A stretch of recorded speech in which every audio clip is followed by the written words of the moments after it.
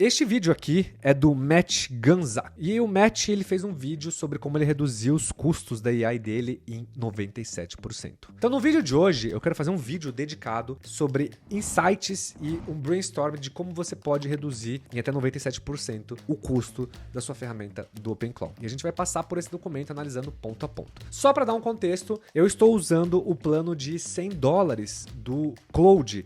Então, eu nunca estourei nenhuma sessão usando a minha agente. Então, esse aqui é o headquarter da minha agente.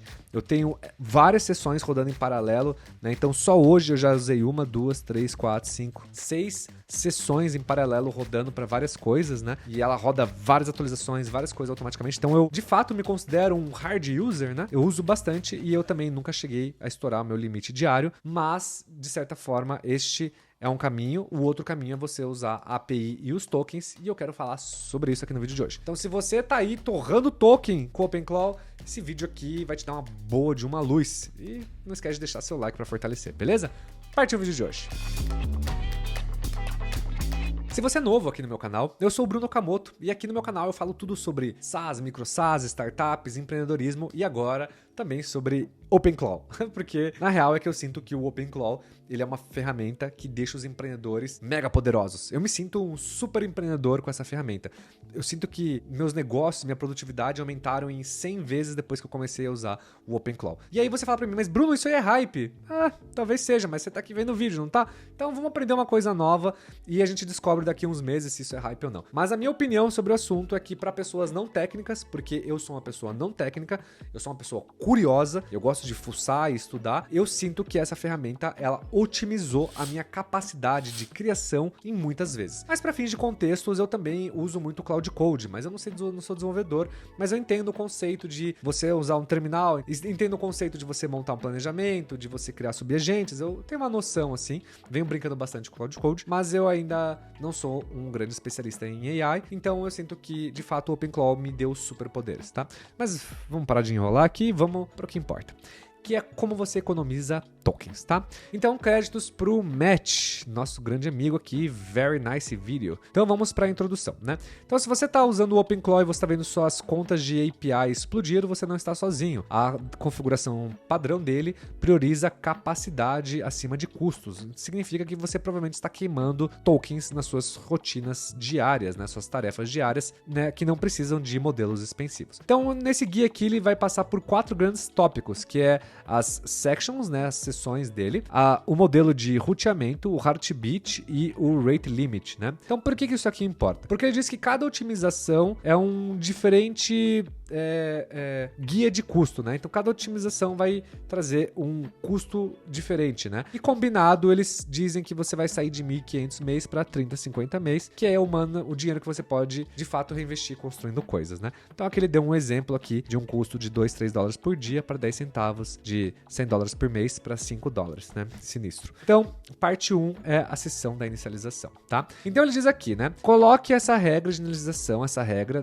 nos seus Agent System Prompt, né? No prompt do seu Agents e diga para o seu agente exatamente o que carregar e o que não carregar no início de cada sessão. Então ele diz assim: sessão inicializada, as regras das sessões inicializadas. Para cada sessão, inicie, carregue apenas estes arquivos. Não carrega automaticamente memória, histórico de sessões, mensagens anteriores e output, né? E resultado das ferramentas prévias, né? Então, quando o usuário pedir por contextos anteriores, você vai usar a Memory Search on Demand, ou seja, por demanda. Então, se eu perguntar algo, você vai pesquisar, senão você não precisa carregar todos os dados. Puxa apenas os snippets relevantes, né, com Memory Get e não carrega o arquivo inteiro. Faça uma atualização da memória baseado em ano, mês, dia, no final de cada sessão, sobre o que você trabalhou, decisões que você teve, leads que você gerou, blocker e next steps. Então, só isso aqui vai salvar 80% do seu contexto. Então, isso é muito parecido com o que eu fiz aqui na minha estrutura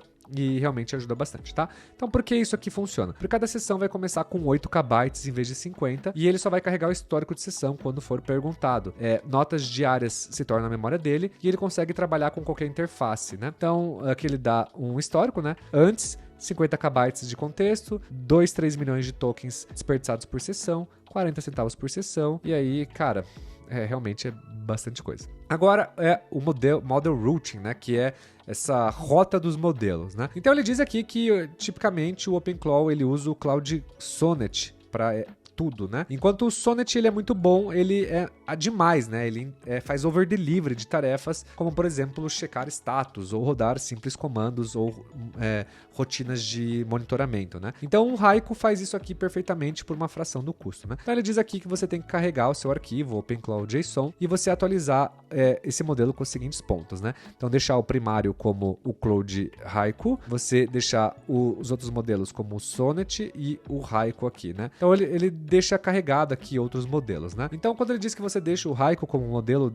default, né, padrão, ele é mais rápido e mais barato e ele cria alias muito fáceis que você pode simplesmente, né, e você pode simplesmente, na verdade, criar esses alias para você mudar, use o Sonnet, use o Haiku e você mudar para o modelo por demanda, né? E aí ele diz para você criar uma regra de mudança de agentes, né? Então ele falou para você por padrão sempre usar o Haiku, mas você muda para o Sonnet quando você quiser criar uma decisão de arquitetura, revisar um código, fazer análise de segurança, fazer debugging, né, ou criar múltiplos projetos. Então, se na dúvida, use o Haiku sempre, né? Então aqui ele diz que você economiza uma bolada, você sai de 50 a 70 dólares por mês para 5 a 10 dólares por mês. Depois é o Heartbeat, né, que é essas automações que ele roda, né? Então o que ele diz é que você pode instalar o Olama, né? Então se você não tem o Olama instalado, você pode pegar e rodar este código aqui e puxar esse modelo chamado Olama 3.2, né? Então por que o modelo 3.2? Porque ele diz que é um lightweight, né?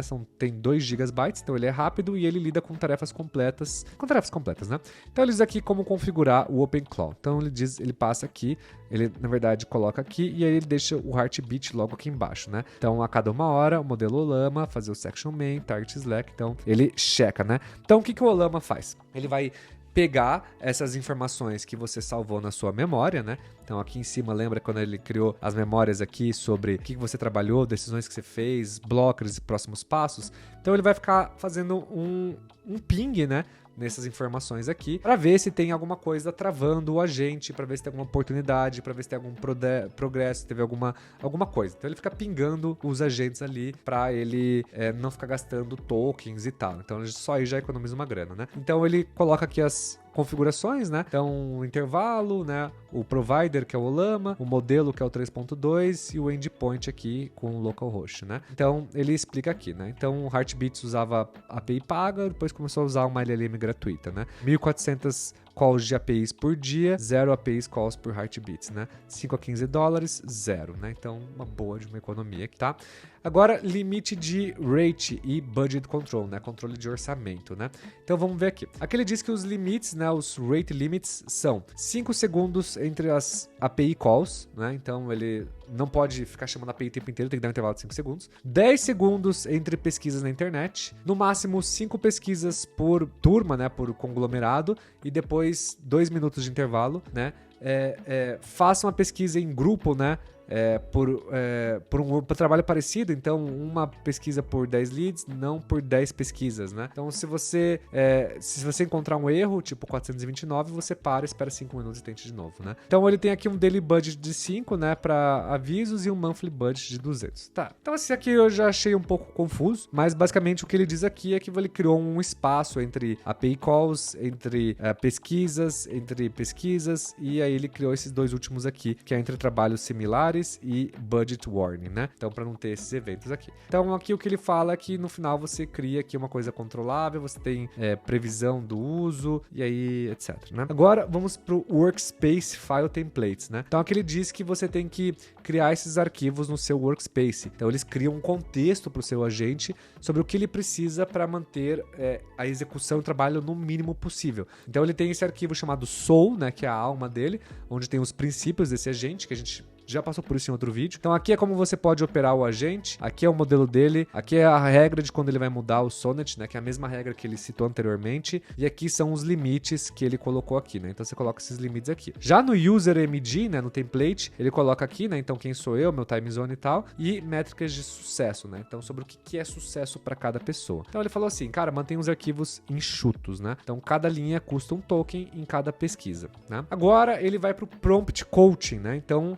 90% de desconto em conteúdo reutilizado. Então ele diz o seguinte, que o seu sistema de prompt, né, o seu workspace, onde tem o seu soul, o seu user e tal, e os materiais de referência, eles são enviados para a API em toda a mensagem. Então, se o seu prompt ele tem 5 KB e você faz 100 API calls por semana, isso aqui é 500 KB de textos idênticos sendo retransmitidos e reprocessados toda semana. Então, com o Cloud, você está pagando preço cheio por todas as cópias. Então, a solução que ele diz é o seguinte, é esse prompt caching, né? Então, ele diz que o prompt caching cobra apenas 10% do cache usado, né? E 25% dos caches escritos, né? Então, para conteúdo estático, você usa isso repetitivamente e você corta os custos em 90%, né? Então, como funciona o prompt caching, né? Então, o first request, né, o primeiro pedido, é o preço cheio, então 0,003. Já o Cloud, ele salva esses dados no cache e ele marca como reutilizável. E aí, subsequent request, né? Então, depois que você faz esse request, depois de 5 minutos, ele dá 90% de desconto porque ele cobra 0,0003 por token.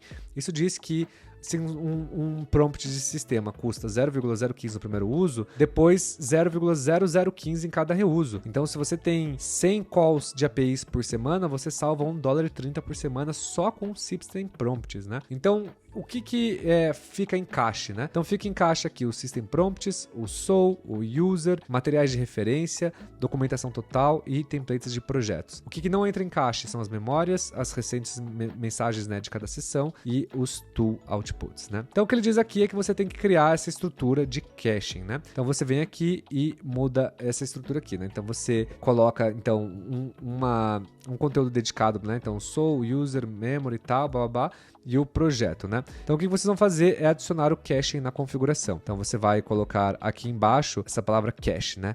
Então aqui ele tem aqui o agente primário, aí ele tem o cache if enable true, né? E aí você coloca 5 minutos, prioridade high, depois ele coloca o sonnet aqui com cache true, depois o Anthropic com Haiku com cache false, né? Então ele diz que o cache ele é muito mais efetivo com o sonnet, porque ele tem uma melhor progressão, uma melhor pensamento, né? Com tarefas que são completas e com prompts maiores. Então, o Haiku, ele disse que a eficiência dele faz o cache menos crítico, assim, né? Então você coloca o cache enable true, né? O cache time, né? Time to live 5 minutos. Cache priority, né? Como high ou low. E o modelo do cache. Aí depois aqui você entra nessa parte de maximizar o cache, né? Então você coloca um batch aqui a cada 5 minutos. Você coloca um system prompts estável, né? Então você não pode atualizar o seu soul no meio da sessão, né? Você faz uma janela de manutenção. Você organiza o contexto hierarquicamente, né? Então você cria aqui essa dinâmica de core system, de stable workspace, e para projetos você cria uma tabela dinâmica, né? Então ele cria aqui esses arquivos, né? Então um exemplo real de uma campanha de outbound. Então você fala, tá rodando 50 né, e-mails que você está enviando por semana usando o Sonnet, né? Então, que é o raciocínio dele mais a personalização. Então, sem o caching, ele vai gastar 250 KB por semana, que custa 0,75, então você vai gastar $1,20, né? Que no total de um mês aqui, daria $100. Eu só não entendi essa conta, né? Porque se é $1 por semana, vai dar $100 no mês, talvez enfim, sou de humanas, né?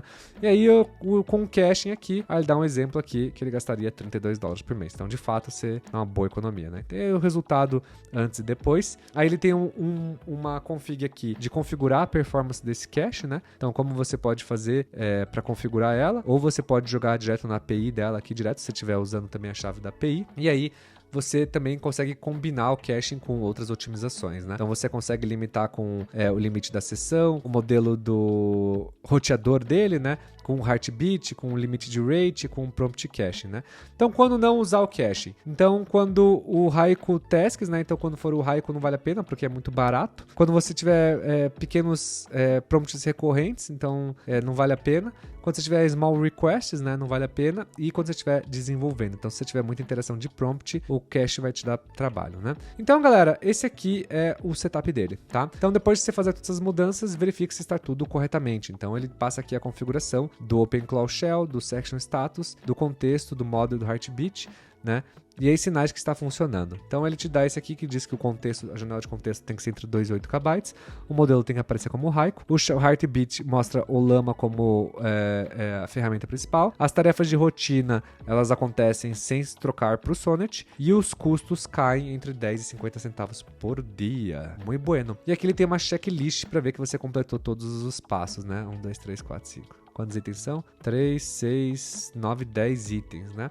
Então é isso, gente. Este aqui é um arquivo completão, né? Se você for preguiçoso e falar assim, puta, que preguiça de ler e compreender tudo isso, você vai pegar esse arquivo aqui, vai jogar no seu OpenClaw e falar assim, crie um planejamento para nós implementarmos essas dinâmicas aqui. E aí, literalmente, ele vai criar um planejamento para te ajudar a economizar esses tokens e vai fazer todo esse passo aqui. Eu estou deixando esse arquivo aqui embaixo na descrição do vídeo. Se esse vídeo te ajudou de alguma forma, te deu algum insight, não esquece de dar um like no canal, segue para mais vídeos como esse e bora construir nosso super poder aqui como empreendedores, que é essa maravilha do OpenClaw. Tamo junto, te vejo no próximo vídeo.